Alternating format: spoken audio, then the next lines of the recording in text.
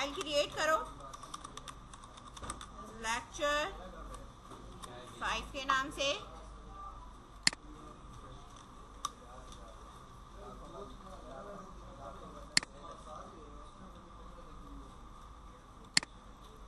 सही है।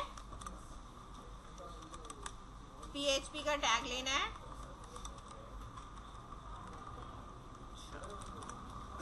मुझे अब काम ये करना है कि मेरे पास जो है डिविजिबल बाय जो 3 की जितनी भी नंबर्स हैं, मुझे 1 से लेकर लेट्स सपोज 50 तक काउंटिंग प्रिंट करनी है, लेकिन जो डिविजिबल बाय 3 है नंबर्स, वो मेरे पास प्रिंट नहीं होने चाहिए।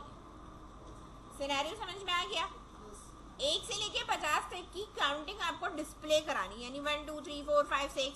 अब इनमें वो नंबर्स जो कि 3 से डिविजिबल हो जाते हैं, जैसे कि 3 है, 6 है, 9 है, ये प्रिंट नहीं होने चाहिए। समझ में आई बात? उसके लिए मुझे करना क्या है, देखो सबसे पहले की बात तो ये है कि सबसे पहले मैं पहले तो 1 से लेके 50 तक की काउंटिंग प्रिंट कराऊं, बाकी लॉजिक तो बाद में लगेगी। ठीक है, डिस्प्ले कराने के लिए आपको सबसे पहले तो यहाँ पे फॉर का लूप लगाना है। सही है।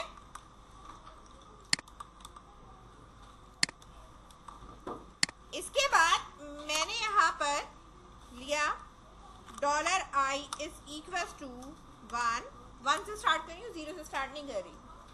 ठीक है, then $i is less than or equals to 50, then $i plus plus, और यहाँ पर मैंने क्या कराना है, ईगो कराना है $i की वैल्यू को, और इसके साथ मुझे लाइन चेंज करानी है, तो मैंने यहाँ पे क्या लिखा है, ब्रेक लिखा।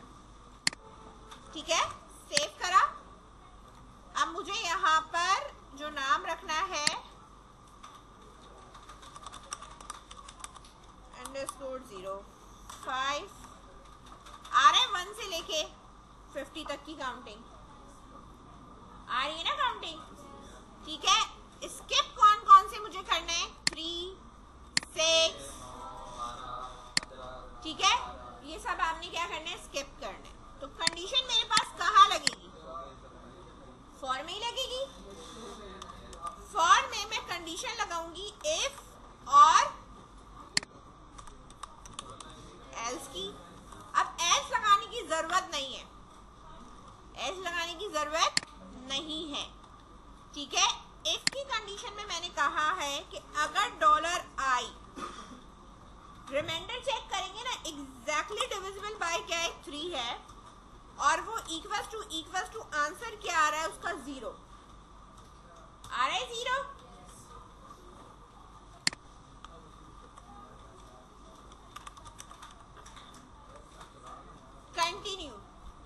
कंटिन्यू का मतलब होता है कि नीचे जाने के बजाय वापस आप ऊपर चले जाइए।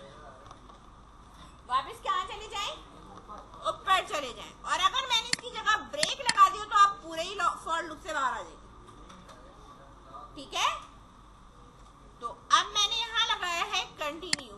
ठीक है, तो अच्छा मैं कंटिन्यू बता रही हूँ कि जब मैं कंटिन्यू लगाऊंगी तो मैं पॉसिबिलिटी क्या बना, मैंने इसे ब्रैकेट करके बेटा सेपरेट करा है कि पहले इसका मॉडुलस लेना है, फिर देन 0 चेक करना है।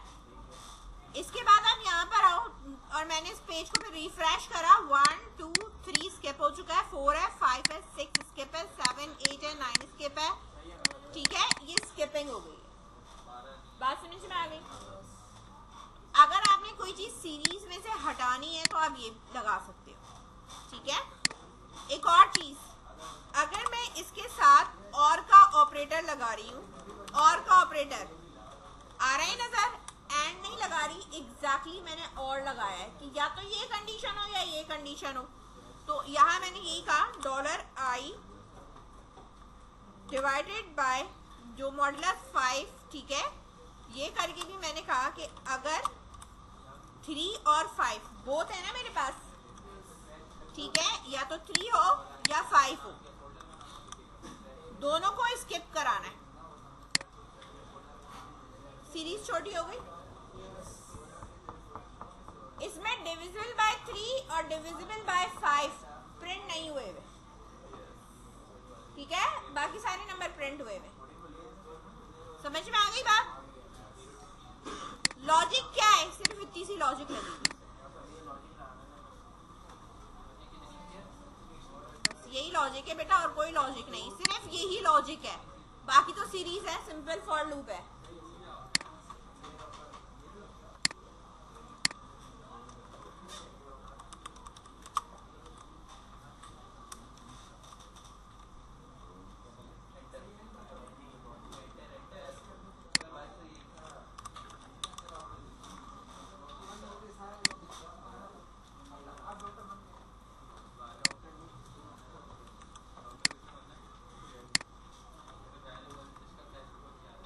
अच्छा, अब यहाँ पे देखो, मेरे पास ये फॉर का जो लूप है ना, वो मैंने यहाँ पे ये लूप लगा दिया, लेकिन अब मैंने जो है ना यहाँ पे ब्रेक का स्टेटमेंट यूज करनी है, ठीक है, और मैं किसी पर्टिकुलर कंडीशन पे यूज करना चाहती हूँ। लेट सपोज मैंने कहा कि मेरे पास, इधर देखें,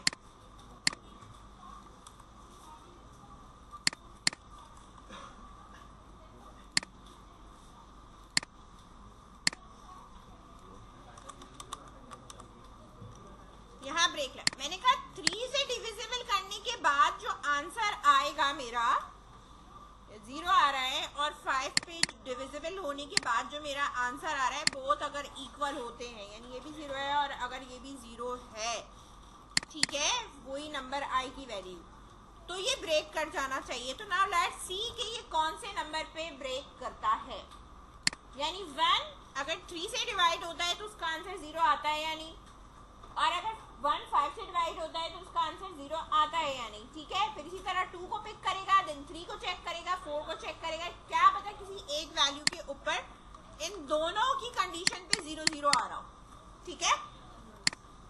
नाउ लेट्स सी कि ये किस कंडीशन पे ब्रेक करता है। अच्छा, अब जब इसने स्टार्ट किया 1, इसने डिस्प्ले में कुछ नहीं किया, हमारे पास यहाँ पे क्या हुआ है कि इनिशियली लेवल पे ब्रेक हो चुका है। अच्छा, अब इधर देखो, यहाँ पे मैंने यहाँ पे ये कहा, इधर देखो, अब मैं कंडीशन ब्रेक की लगा रही हूँ, $i, ठीक है,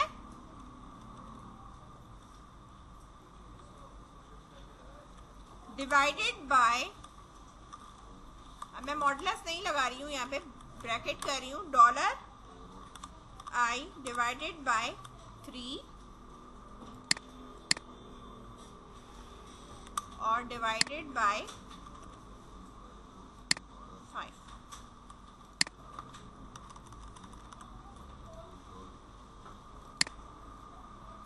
सीरीज आ रही है मेरे पास, कहीं ब्रेक हुई है क्या?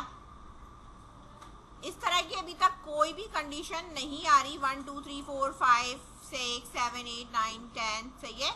सीरीज मेरी पूरी 50 तक चल रही है, यानी दोनों के डिविजिबल होने के ऊपर मेरे पास आपस में कुछ भी मैच नहीं कर रहा, ये ब्रेक।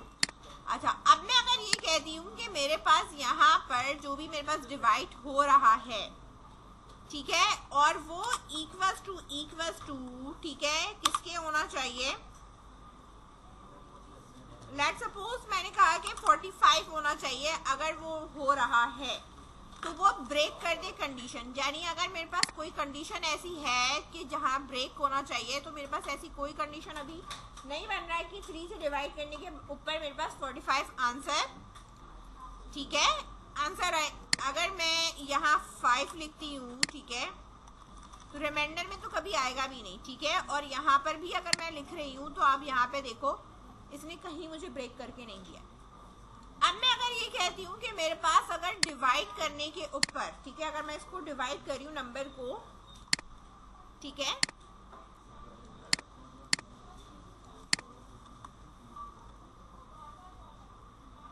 अब मैंने कहा अगर मेरे पास आई, सिंपल आई की बात कर रही हूँ, जो मेरे पास आई है, अगर वो मेरे पास लेट्स सपोज के 30 आता है, यानी मेरे पास वैल्यू क्या है अब 30। कंडीशन आपको देख के लगानी है, देखो कंडीशन आप आगे पीछे करके लगाओगे नहीं मैच होगा, सीरीज पे कोई फर्क नहीं पड़ेगा। मैंने कहा आई की वैल्यू अगर मेरी 30 हो जाती है तो ब्रेक कर दो। तो ये लूप कहाँ ब्रेक कर जाना चाहिए? 29 पे। समझ में आई बात? कहाँ ब्रेक कर गया ये? 29 पे ब्रेक कर गया। समझ गए? तो इसका मतलब ये कि कहीं पे आपको कोई कंटिन्यूसली कुछ चल रहा है और किसी पर्टिकुलर कंडीशन पे अगर आपको ब्रेक करना है तो आप इसे ब्रेक कर सकते हो, स्टॉप कर सकते हो लूप। ठीक है,